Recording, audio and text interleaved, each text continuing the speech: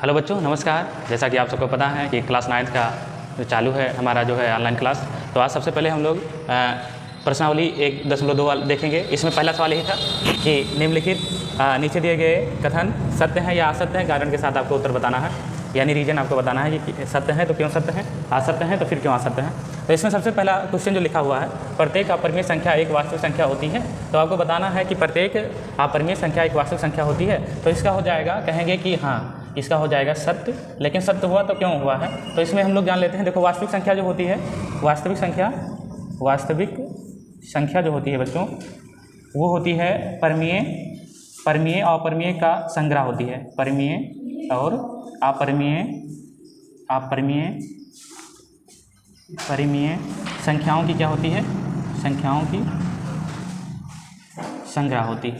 क्या होती है, संग्रह होती है। तो कहेंगे कि जब संग्रह होती है तो अपरिमेय भी वास्तविक संख्या होगी और परिमेय भी वास्तविक संख्या होगी, इसलिए पहला वाला क्या हो जाएगा, सत्य हो जाएगा। दूसरा हम लोग देखते हैं, संख्या रेखा पर प्रत्येक बिंदु यम रूढ़ यम के रूप का होता है, जहाँ यम एक प्राकृतिक संख्या है। तो सबसे पहले इसमें देखिए क्या होती हैं, तो कहेंगे 0 1 2 3। क्या रूढ़ में है, कहेंगे नहीं है।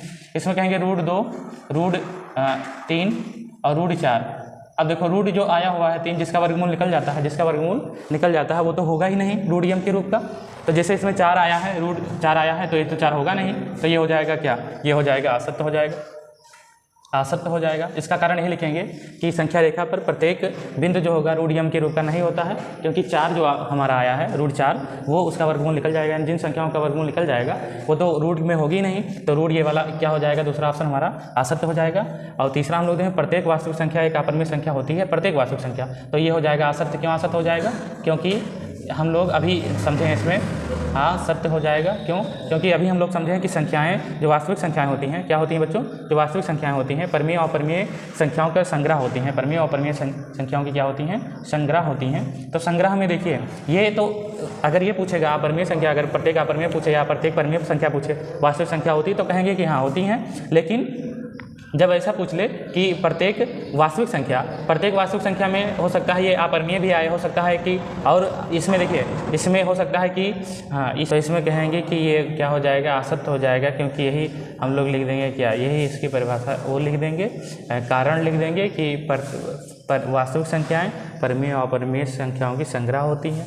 अब हम लोग दूसरा जो प्रश्न हमारा दिया हुआ है, वो दूसरा प्रश्न ये है कि क्या सभी धनात्मक पूर्णांकों के वर्गमूल अपरिमेय होते हैं, यदि नहीं तो एक ऐसी संख्या का वर्गमूल का उदाहरण दीजिए जो एक परिमेय संख्या हो। तो ये क्या सभी धनात्मक पूर्णांकों के वर्गमूल अपरिमेय होते हैं, यदि नहीं तो हाँ, तो कहेंगे कि सभी जो धनात्मक होंगे तो धनात्मक का ही निकलेगा वर्गमूल। जैसे √2 हो गया, √3 हो गया, √4 हो गया, ठीक। तो कहेंगे ये धनात्मक, सभी संख्याएं धनात्मक है, सभी धनात्मक पूर्णांकों के वर्गमूल अपरिमेय होते हैं। तो कहेंगे कि देखिए ये तो अपरिमेय है, लेकिन ये क्या हो जाएगा, ये हो जाएगा अपरिमेय, और ये क्या हो जाएगा, परिमेय हो जाएगा। तब जब ये परिमेय हो गया तो पूछा कि अपरिमेय होते हैं, यदि नहीं तो एक ऐसी संख्या का वर्गमूल का उदाहरण दीजिए जो एक परिमेय है। तो ये परिमेय है, देख लीजिए, ये आप दे सकते हैं उदाहरण, आप ये भी उदाहरण दे सकते हैं, आप ये भी उदाहरण दे सकते हैं, जिसका वर्गमूल निकल जाए वो सब आप उदाहरण दे सकते हैं। अब हम लोग चलते हैं अगले क्वेश्चन पर, और अगले क्वेश्चन में √2 √3 √5 का मान हम लोग ज्ञात करके संख्या रेखा पर √2 का मान निर्धारित करना। तो सबसे पहले संख्या रेखा खींच लेंगे, और संख्या रेखा क्या होगी, तो वह रेखा जिस पर संख्याओं का निरूपण होता है संख्या रेखा कहलाती है।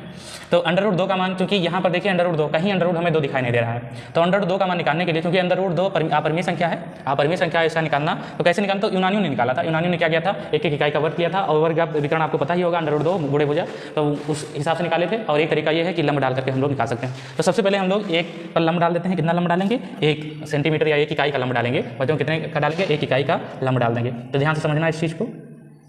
ये बहुत बच्चे क्या करते हैं, गलती करते हैं कि इस पर डाल देते हैं, 0 पर डाल देते हैं लंब, तो आपको वो गलती नहीं करना है, तो आप गलती कर जाओ। तो यहाँ पर यहाँ से लेकर यहाँ तक कितना है, इसको मान लेते हैं ये, और इसको मान लेते हैं B, ये पॉइंट, ठीक। यहाँ से ये और B, इसको मान लेते हैं C। जब लंब डाला जाएगा तो 90 डिग्री का होगा, इधर भी 90 डिग्री का होगा। इस रेखा को इससे मिला देंगे, तो इसको मिलाएंगे, फिर हम लोग पाइथागोरस प्रमेय से ये देखिए मिल गया ये, ठीक, ये मिल गया बच्चों। अब देखो यहाँ से 1 है और यहाँ भी 1 है। तो सबसे पहले समकोण त्रिभुज लेंगे, समकोण त्रिभुज ए बी सी, भुजा दिया हुआ है, ए बी बराबर कितना है, ए बी बराबर है 1 और बी सी बराबर कितना है 1, बी सी बराबर भी 1 है। और यहाँ पर ओ और सी का हमें मान ज्ञात करना है, क्वेश्चन मार्क लगा देंगे, पाइथागोरस प्रमेय लगाएंगे, पाइथागोरस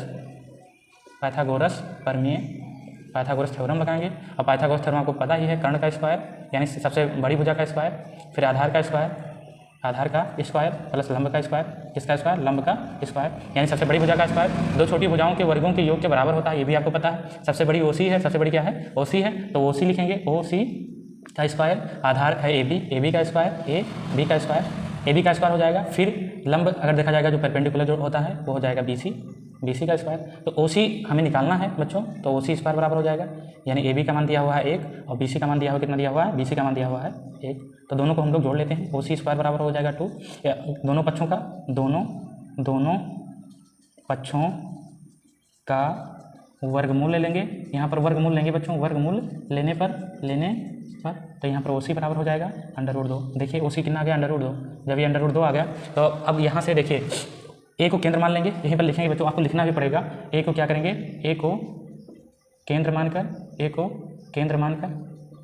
किसको केंद्र माने हैं, ए को केंद्र माने, ये 0 है तो वो समझो, वो ए को केंद्र मानकर तथा ए सी को त्रिज्या मानकर एक वृत्त खींचते हैं। अब जब एक वृत्त हम लोग खींचेंगे तो वृत्त कैसे जाएगा, ऐसे देखिए, वृत्त ऐसे जाएगा तो हो सकता है कि संख्या रेखा पर डी बिंदु पर काटे। जब डी बिंदु पर यानी संख्या रेखा त्रिज्या मानकर एक वृत्त कहते हैं, जो यह संख्या रेखा को डी बिंदु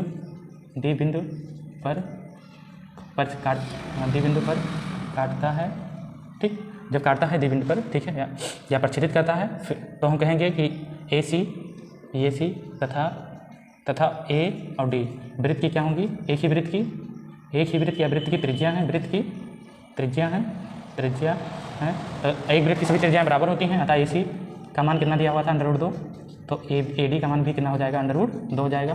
तो ये आपको लिखना है, परीक्षा में ऐसा सवाल आएगा अगर इस चैप्टर से, या √2 का मान आएगा, या √3 का मान आएगा, या √5 का मान आएगा, ठीक है, ऐसे आएगा। तो सबको हम बता रहे हैं इसी में।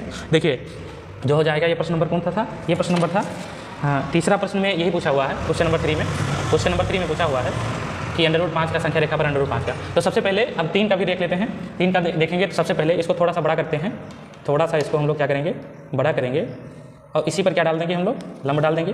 तो जो लंब डालेंगे तो लंब ऐसे होगा, यानी सी बिंदु पर लंब डालेंगे, ये देखिए ये लंब डल गया। जब ये लंब डल गया तो यहाँ इसको फिर मिला देंगे, इसको मिला देते हैं, 1 सेंटीमीटर का या 1 इकाई का होगा, जो भी आप मानेंगे, सेंटीमीटर में माने या सेंटीमीटर में माने वही हो जाएगा। तो इसको मिटा देते हैं, फिर हम लोग लगाते हैं कुछ इसमें परिवर्तन करके। एक बार इसको अगर √2 का मान अगर आपको पता चल गया तो √3 √5 का मान आपको पता चल जाएगा बहुत आसान से, क्योंकि पैटर्न वही है, पाइथागोरस प्रमेय से ही लगेगा सब। तो यहाँ पर मान लेते हैं ए डी होगा, ये मान लेते हैं ई है, तो समकोण त्रिभुज ए और बी तो होगा नहीं, अब बी और सी, यानी ए और सी और ई में, ए सी और ई में, ठीक, ए सी ई में, जिसमें दिया हुआ है ए सी दिया हुआ है, अभी हम लोग ज्ञात किए हैं ऐसे दिया हुआ √2, फिर सी ई दिया हुआ है, 1 दिया हुआ है, और फिर हमें मान ज्ञात करना है ए ई का मान हमें ज्ञात करना है, क्योंकि ये कर्ण है, ठीक। तो पाइथागोरस प्रमेय लगाएंगे, यानी कर्ण का स्क्वायर आपको पता है ए सी का स्क्वायर हो जाएगा, ए ई का स्क्वायर होगा, सॉरी, ए ई का स्क्वायर बराबर हो जाएगा ए सी का स्क्वायर और सी ई का स्क्वायर, क्योंकि ये लंब है। तो ए सी हमें निकालना है, ए सी स्क्वायर, ए सी, हाँ, ए ई निकालना है हमें, और ए सी बराबर हो जाएगा कितना, ए सी बराबर √2 का स्क्वायर, फिर हो जाएगा सी ई दिया हुआ है 1, क्योंकि 1 इकाई का लंब डाले थे, तो यहाँ पर हो जाएगा ए ई का स्क्वायर बराबर, जब यहाँ इसका रूट का स्क्वायर होता है तो रूट हट जाता है, ये आपको पता ही है, फिर 1 का स्क्वायर 1 ही हो जाएगा, ए ई स्क्वायर हो जाएगा 3, तो दोनों पक्षों का फिर वर्गमूल करने पर ए ई बराबर हो जाएगा कितना, √3। देखिए √3 आ गया, तो √3 हो जाएगा ये। फिर इस पर क्या करेंगे, इसको केंद्र मानेंगे, इसको ए को केंद्र मानेंगे और इसको त्रिज्या मानेंगे, और फिर एक वृत्त खींचेंगे, ए वृत्त संख्या रेखा को मान लेते हैं एफ बिंदु पर काटता है, किस बिंदु पर, यह बिंदु पर काटता है। तो यहाँ पर लिखेंगे ए को केंद्र मानकर तथा ए ई को त्रिज्या मानकर, ए ई को क्या करेंगे, त्रिज्या मानकर एक वृत्त खींचते हैं, यह वृत्त संख्या रेखा को एफ बिंदु पर काटता है, एफ बिंदु पर काटता है, किस बिंदु पर, एफ बिंदु पर काटता है। तो जब एफ बिंदु पर काटेगा तो ए और ई और एफ दोनों बराबर होगा, यानी ए ई और ए एफ, ये एफ क्या होगा, वृत्त की त्रिज्या होगी, अतः ए ई यहाँ पर लिखेंगे, और ए ये दोनों मान एक ही होगा, इसका मान लिखेंगे तो कितना हो जाएगा √3, ये भी √3, ये वाला दोनों समझ में आया। अब हम लोग बात करते हैं किसका, अब हम लोग बात करते हैं √5 का। ये भी बहुत आसान है, ये भी आप लगा सकते हैं, बहुत आसानी से लगा सकते हैं। तो इसमें अब देखिए जब ये हो गया तो अब इस पर नहीं, अब 2 पर हम लोग लंब डालते हैं। अगर √5 ज्ञात करना है तो 2 पर हम लोग लंब डालेंगे। एक वाला हो गया, इसको मिटा देते हैं, इसको मिटा देते हैं, ये हो गया, ये इसको भी मिटा देते हैं, ठीक। तो उसको लिखा रहने दो क्योंकि अभी उसमें परिवर्तन कर देंगे।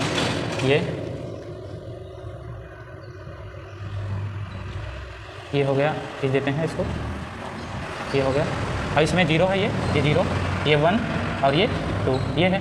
तो सबसे पहले जब √2 का अगर हमें √5 का अगर हमें मान ज्ञात करना है तो 2 पर हम लोग क्या डालेंगे, लंब डालेंगे। कितना लंब डालेंगे, 1 इकाई का लंब डालते हैं हम लोग। कितने का डालेंगे, 1 इकाई का लंब डाल देंगे। किस पर, 2 पर, संख्या रेखा 2 पर। ध्यान से देखिए इसको, तो यहाँ से मान लेते हैं ये है और ये b है, ये वो को नहीं 0 को मान लेते हैं ये और 2 को मान लेते हैं b।